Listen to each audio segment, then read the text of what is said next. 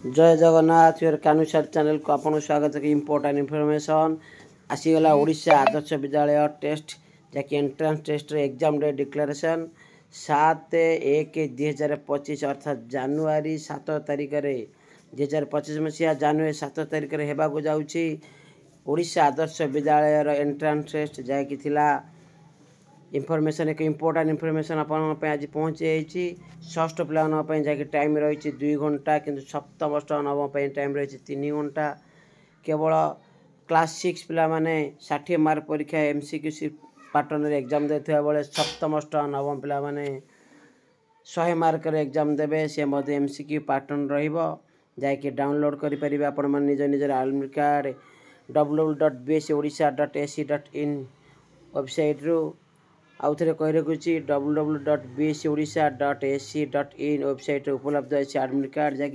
30/12/2024 अर्थात डिसेम्बर 30 तारिख आपण मैंने निज निजर एडमिट कार्ड डाउनलोड करेंगे। या आज इंपोर्टेंट इनफॉरमेशन ओडिशा आदर्श विद्यालय एंट्रांस टेस्ट जैक 7/1/2025 हेबाकु जाउछि आउ थे कही रखुच्छी जनवरी 7 तारिख हेबाकु जाउछि आपण माने निजर एडमिट कार्ड डाउनलोड करेंगे 30/12 ठार अर्थात डिसेम्बर 30 तारिख निजर निजर एडमिट कार्ड डाउनलोड करेंगे वेबसाइट माध्यम www.bsodisha.ac.in वेबसाइट आप निज निजर एडमिट कार्ड को डाउनलोड करेंगे।